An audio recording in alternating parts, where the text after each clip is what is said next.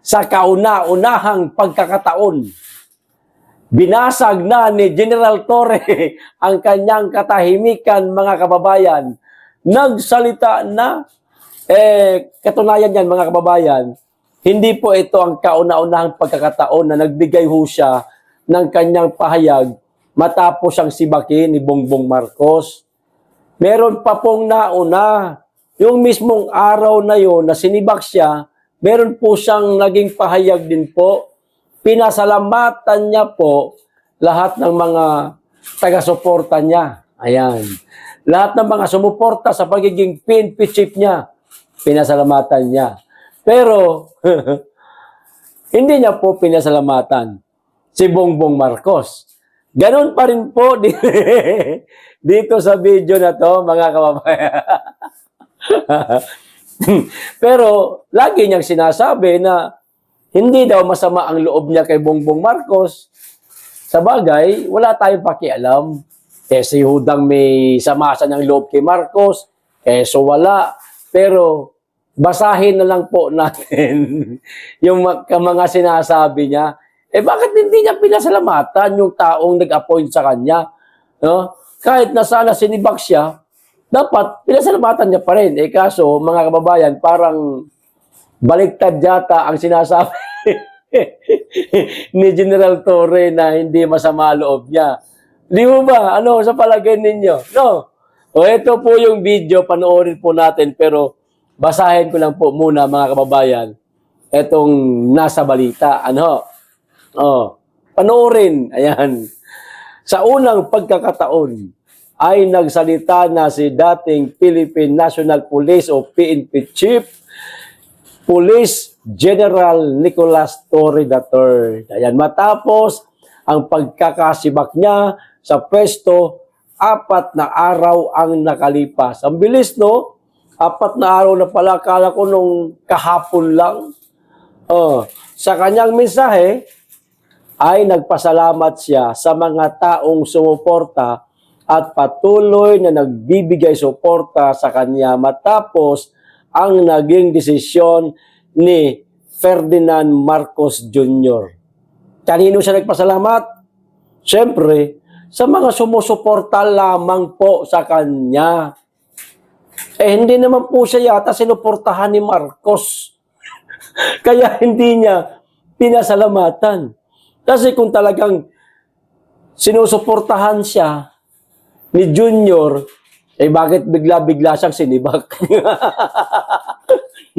Hindi man lang pinaabot ng 1 taon. Expected natin hanggang 2027 siya .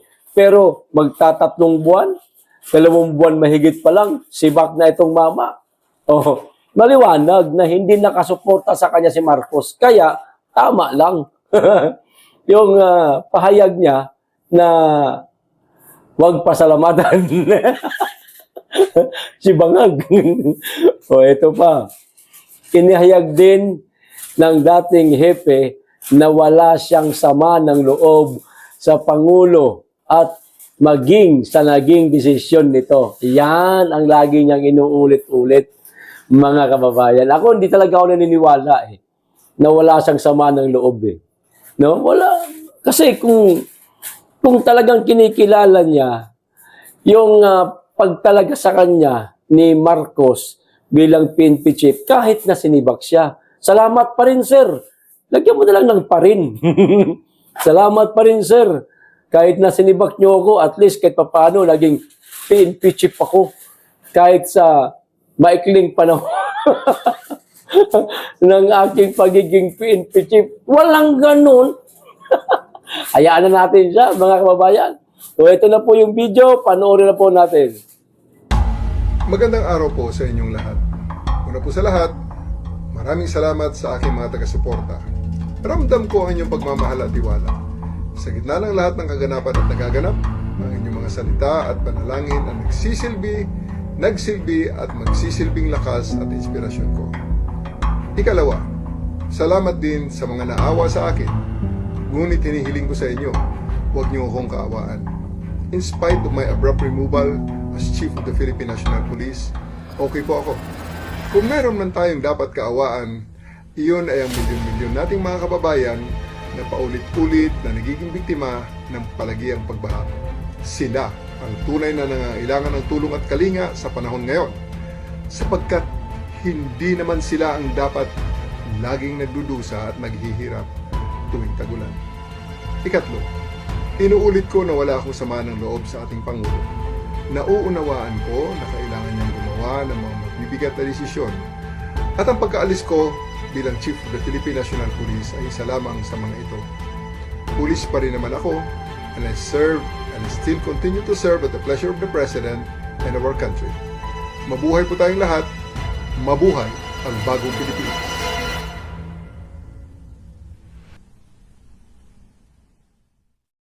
Ayun, mga kababayan. Hindi nga masama loob niya. Di ba? Na pinasalamatan niya yung mga naawa sa kanya. Tayong mga DDS, hindi naman po tayo naawa sa kanya. Nagulantang lang tayo nung malaman natin na, uy, sinibak na pala si General Torre. Nagpalakpakan pa nga tayo. Ang gaba, dili magsaba eh. Pero ngayon, sa ganito kalungkot na mukha niya, lungkot po ng mukha niya, dilim pati. Wala man lang siyang lightings. Ilaw na ring light, yan, ring light. Wala man lang siyang ring light habang gumagawa siya ng video niya. Pero mga kababayan, sa tingin ko lang dito kay General Torre, parang naging biktima ito ng Marcos administration. Yan po ang tingin ko. Biktima siya kasi ginamit lang siya eh. Ginawa siyang attack dog. Pitbull, ika nga, sabi ng ating mga kababayan, na para illegal na arestuhin ang dating Pangulong Duterte. Pasukin ang Kingdom of Jesus Christ. Huntingin si Pastor Apollo Kibuloy na isa sa mga nakasira ng pangalan niya. Doon unang-una nasira yung pangalan niya sa KOJC eh. Pangalawa na lang yung kay Tatay Digong, pero mas masakit sa atin yun kasi tatay natin yung inaresto nila eh. At naging agresibo siya ron eh. Kitang-kita naman sa mga video na kumakalat sa media social media na halos hablutin niya na ang dating Pangulong Duterte. Doon siya lalong nasira. Maaaring inutos yun sa kanya. Malamang kasi hindi niya naman gagawin yun nang walang utos sa kanya yun. Mga kababayan, di ba? Naging, parang maituturing na rin natin na casualties, ika nga itong si Nicolas Torre sa Administrasyong Marcos.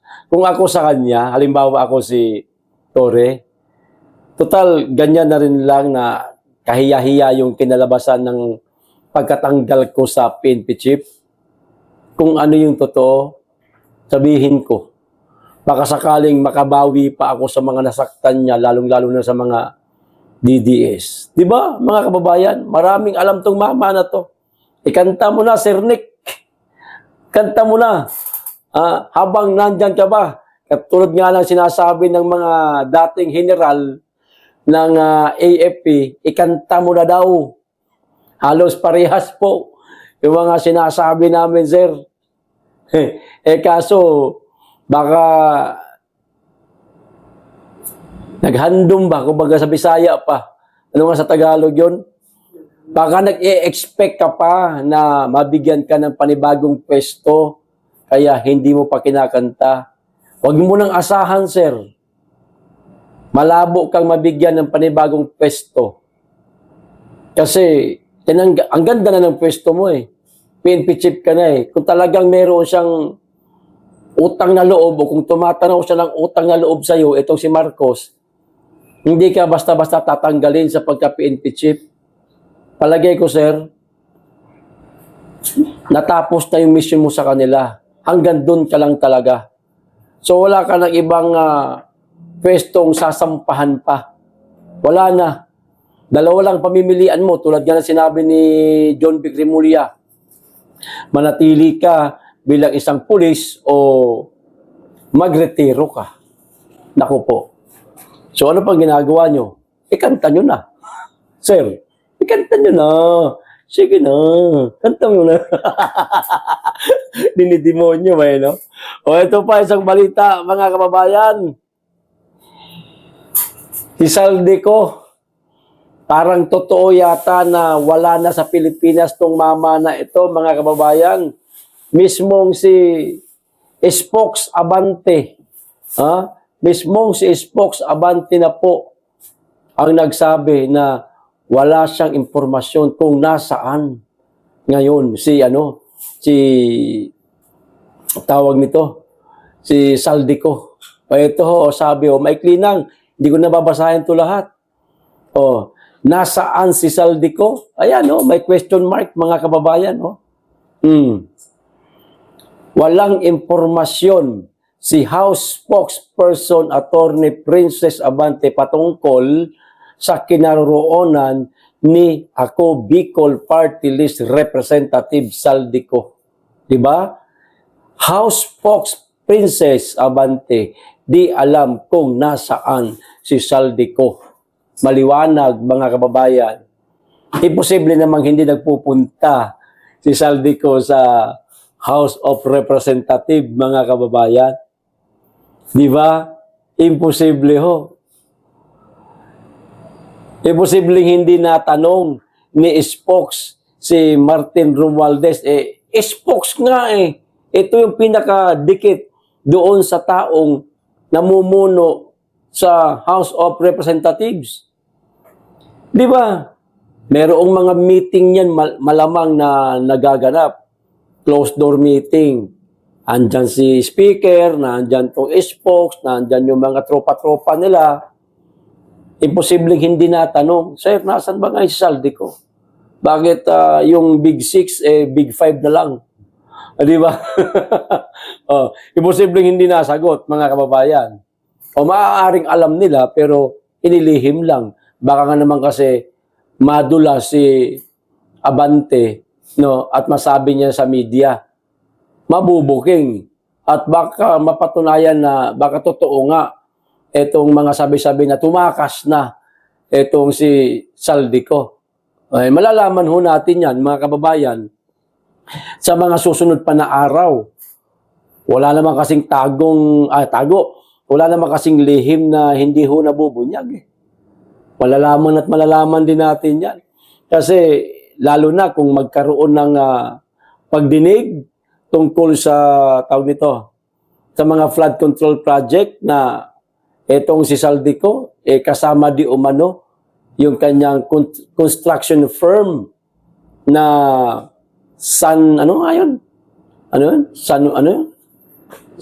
nakalimutan ko na tuloy. Basta yung kanyang construction company, kasama daw lalo pag pinatawag na, sino haharap? Siya? O yung isang representante niya lang? Hindi naman maaari yun. Siya ang makakasagot sa lahat ng magiging katanungan kung sakasakaling ipatawag sila sa Senado. Lulutang at lulutang ito. Kung lulutang. Pag hindi, pag pinatawag itong construction company ni Saldico at hindi siya pumunta, doon natin mapapatunayan, mga kababayan, na wala sa bansa si Saldico. Maaaring ganun po ang magiging senaryo niyan, mga kababayan. Ito pa isang balita. Tungkol naman po ito kay Auntie Claire, mga kababayan. Binira ni Sagip Party List Representative Congressman Marcoleta si Auntie Claire. Mismong si Congressman Marcoleta, napansin na po niya ang mga galawan at mga banata nitong si Auntie Claire, mga kababayan. Ang alin, yung punain, banatan, ang mga Duterte, ang taga-suporta ng mga Duterte, kaysa sa sabihin o ipagmalaki, ipagmayabang ang mga naging achievement ng kanyang among si Bongbong Marcos. Di ba ganyan lang laging inuulit-ulit natin? Bakit puro ka Duterte, Auntie Claire? Bakit panay ang banat mo sa mga taga-suporta ng Duterte? Hindi mo sabihin kung ano mga nagawa ng amo mo. Palibasa kasi walang nagawa. Kaya wala siyang masasabi. Kundi, tirahin na lang yung mga taga-suporta ng mga Duterte. O ito, yung banat ni Congressman Marcoleta, mga kababayan, kay Antiklero. Panoorin po natin, maikli lang to.